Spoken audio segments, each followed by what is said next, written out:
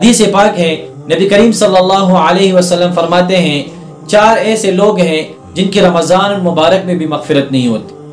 آخر کون سے وہ 4 لوگ ہیں جن کی رمضان المبارک میں مغفرت نہیں ہوتی؟ فرماتے ہیں سب سے پہلا وہ شخص جو شراب کا عادی ہو، یعنی جو شراب پیتا ہو، اور اگر یہ شخص روزے بھی رکھے، تہجد بھی پڑھے، ذکر اذکار بھی کرے، قرآن کی تلاوت بھی کرے، لیکن اس شخص کی رمضان المبارک میں مغفرت نہیں ہوتی، جو شراب کا عادی ہو۔ دوسرا وہ شخص ہے جو والدین کا نافرمان ہو، جن سے والدین ناراض ہو، یعنی وہ شخص تہجد بھی پڑھے، ذکر اذکار بھی کرے اور نوافل بھی پڑھے، لیکن ان سے والدین ناراض ہے، اس کی رمضان المبارک میں مغفرت نہیں ہوتی۔ قرآن میں اللہ تعالیٰ فرماتے اف ولا تنہرہما وقل لہما قولا کریما، اپنے والدین کو اف تک نہیں کرنا چاہیے، وقل لہما قولا کریما، ان سے اچھی اچھی باتیں کرنی چاہیے، جی سے جواب دینا چاہیے، اف تک نہیں کرنا چاہیے اس کو۔ تو فرماتے ہیں دوسرا وہ شخص ہے جو والدین کا نافرمان ہو، اس کے بھی مغفرت رمضان المبارک میں نہیں ہوتا، چاہے وہ جتنے عبادتیں کرے۔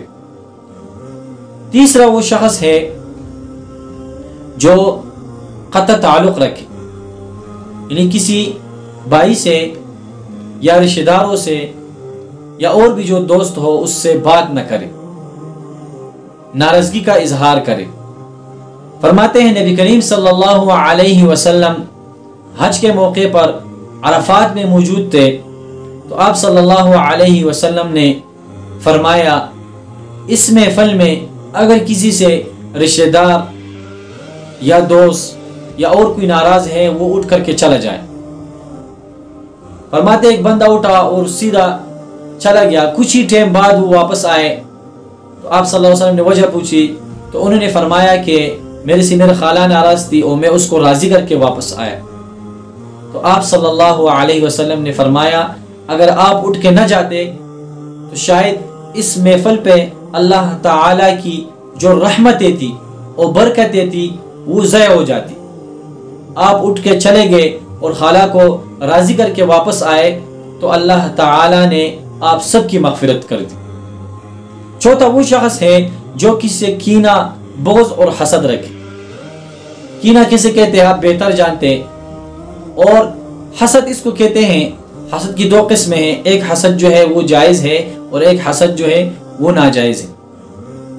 جو جائز ہے وہ یہ ہے اگر کوئی یہ کہے کہ اس کا بیٹا حافظ قرآن بن رہا ہے، میرا بیٹا حافظ قرآن کیوں نہیں بنتا، یا اس کا بیٹا یا یہ خود دین کے معاملے میں آگے جا رہا ہے تو میں کیوں نہ جاؤں، یہ حسد جو ہے یہ جائز ہے۔ اور جو ناجائز ہے وہ یہ ہے کہ اللہ تو نے اس کو بنگلہ، کوٹی، گاڑی وغیرہ دیا ہے تو مجھے کیوں نہیں دی، تو یہ حسد جو ہے یہ ناجائز ہے۔